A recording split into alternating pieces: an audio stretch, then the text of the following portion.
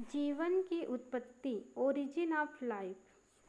हमारे सौर मंडल के अन्य ग्रहों के साथ पृथ्वी की उत्पत्ति आज से लगभग 450 से 500 करोड़ वर्ष पूर्व और इसके ऊपर जीवन की उत्पत्ति आज से लगभग 350 से 400 करोड़ वर्ष पूर्व अर्थात पृथ्वी के निर्माण के लगभग 100 करोड़ वर्ष के अंदर हुई।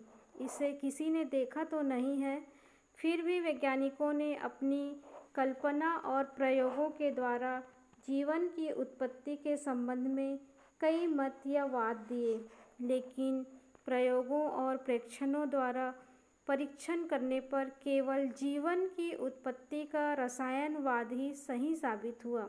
फिर भी जीव विज्ञान के विद्यार्थियों को इन वादों को जानकारी अनिवार्य रूप से होनी चाहिए। इसी कारण यहाँ पर जीवन की उत्पत्ति के सभी महत्वपूर्ण पुराने वादों के साथ आधुनिक वाद को भी दिया जा रहा है। सबसे पहला है विशिष्ट सृष्टिवाद या धार्मिक वाद, स्पेशल क्रिएशन थ्योरी या रिलीजियस थ्योरी। इस वाद के अनुसार किसी अलौकिक या ईश्वरीय शक्ति ने विविध प्रकार के जीवों की रचना की है और यही इसका रखरखाव करती है। हिंदू धर्म के अनुसार ब्रह्मा ने अपने शरीर के विभिन्न अंगों से सृष्टि की रचना की है। ऐसा माना जाता है कि मनुष्य ब्रह्मा के सिर, पक्षी वक्ष से, बकरियां मुख तथा पेड़ पौधे उनके शरीर पर उपस्थित हेयर्स से पैदा हुए हैं। इसी प्रकार अन्य धर्म ग्रंथ बाइबिल के अनुसार ईश्वर ने केवल 6 दिनों में संपूर्ण सृष्टि की रचना कर दी। पहले दिन पृथ्वी तथा स्वर्ग, दूसरे दिन आकाश, तीसरे दिन पौधे, चौथे दिन चंद्रमा और तारे, पांचवें दिन मछलियाँ और पक्षियाँ और छठवें दिन मनुष्य और अन्य जंतुओं का निर्माण ईश्वर ने कर दिया। और इनमें भी कहा गया कि पुरुष की उत्पत्ति पहले और स्त्री की उत्पत्ति बाद में हुई। पर्याप्त सबूतों के अभाव में इस सिद्धांत को कोई महत्व नहीं दिया गया। दूसरा है आधुनिक परिस्थितियों का स्थिरतावाद, theory of eternity of present condition. इस सिद्धांत के अनुसार जीवन की उत्पत्ति कभी हुई ही नहीं है। जीवन का कोई आदि और अंत नहीं है, अर्थात पृथ्वी पर प्रारंभ से ही जीवन मौजूद है और आगे भी इसी तरह बना रहेगा, क्योंकि सृष्टि अपरिवर्तनशील है।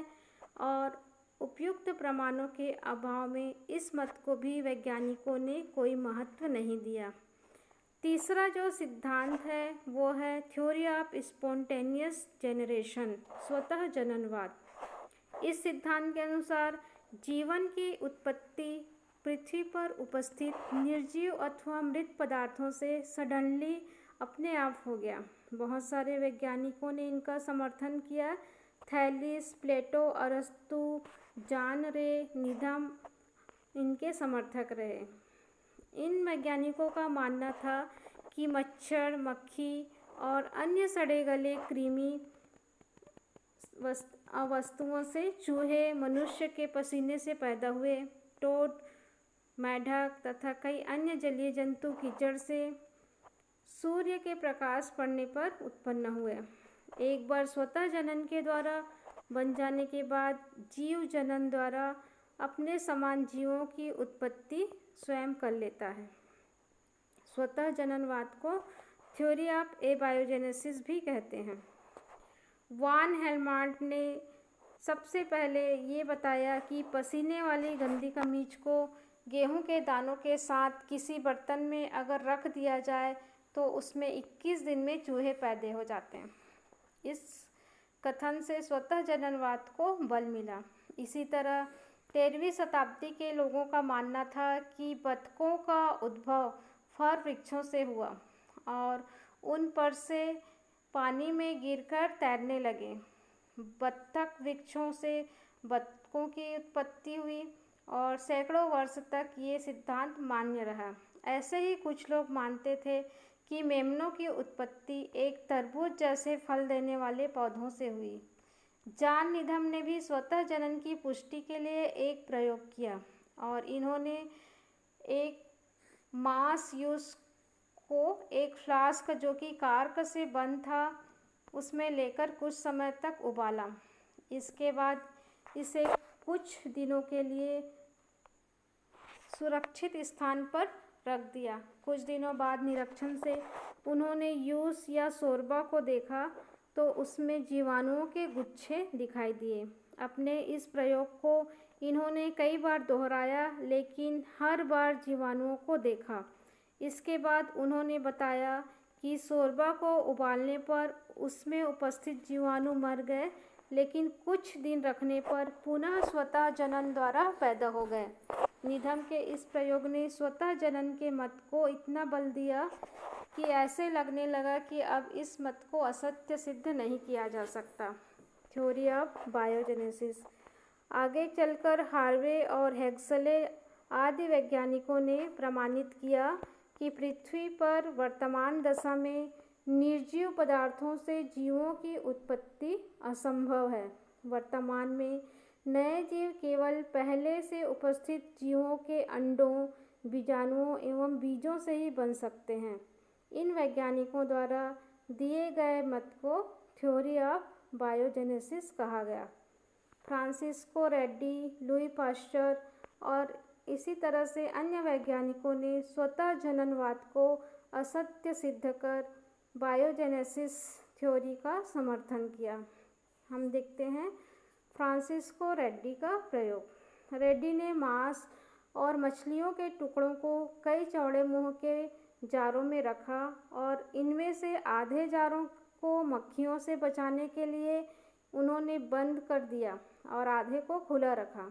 कुछ दिनों बाद इन्होंने देखा कि खुले जारों में छोटे छोटे मक्खियों के डिंभक चलते दिखाई दिए जबकि बंद जारों में ये नहीं थे। ऐसा इसलिए हुआ कि खुले जारों में मक्खियों ने अंडे दे दिए जिससे इसमें डिंभक बन गए लेकिन बंद जारों में नहीं जा सकी और डिंभक नहीं बन सके। रेड्डी के इस प्रयोग ने स्वतः जनन के प्रति लोगों के विश्वास को डिगा दिया। फिर भी कुछ लोगों का मानना था कि बंद जारों में स्वतः जनन के लिए उपयुक्त ऑक्सीजन और अन्य वातावरण नहीं मिल सका जिससे स्वतः जनन नहीं हुआ। फिर भी रेड्डी के प्रयोग को बहुत से लोगों ने माना। उसके बाद हम देखते हैं लुई पाश्चर का प्रयोग। लुई पाश्चर ने भी रेड्डी के जैसे ही प्रयोग किया लेकिन सोरबे में जीवाणुओं को पनपने के लिए इन्होंने ऑक्सीजन या अन्य वातावरण उपलब्ध कराया। जैसा कि चित्र अनुसार ये उनके उपकरण हैं और रेड्डी के समर्थन में इन्होंने भी एक महत्वपूर्ण प्रयोग किया। इन्होंने एक फ्लास्क में मांस के शोरबे को लेकर पहले इसे खूब उबाला तथा साथ ही फ्लास्क के मुंह को टेढ़ा करके एस के आकार की नली में बदल दिया। उबालने के बाद इन्होंने एस नली के मुंह को रुई से बंद कर दिया और कुछ दिनों बाद इन्होंने देखा कि मांस के शोरबे में किसी भी प्रकार के जीवाणु नहीं थे क्योंकि रुई से होकर हवा तो चली गई लेकिन जीवाणु नहीं जा सके और उबालने के कारण शोरबे के जीवाणु मर गए थे। इसके बाद इन्होंने नली के मुंह को तोड़ दिया तो कुछ दिनों में फ्लास्क में जीवाणु पैदा हो गए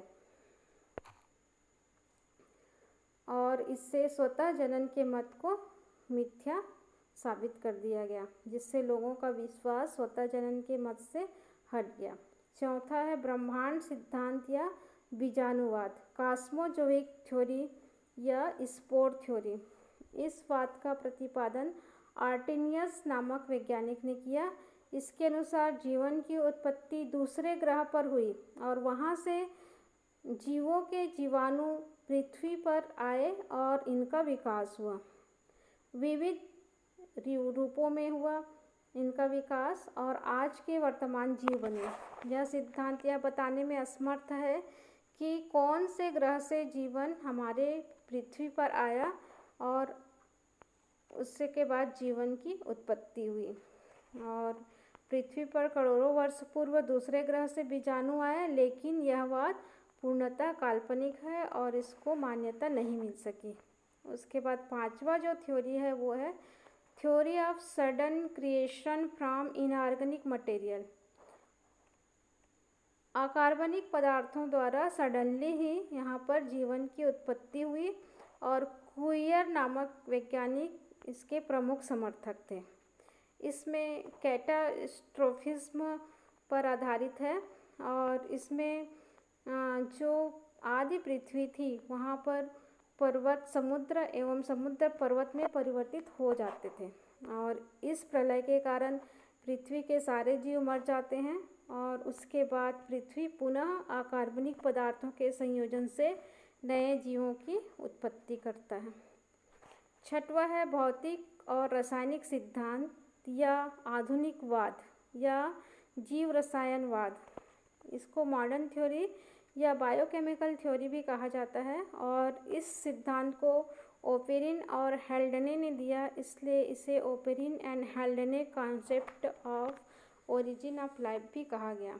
और ये जो मत है वैज्ञानिकों से पुष्टि प्राप्त है और इसलिए ये जो वाद है सब सर्वमान्य है।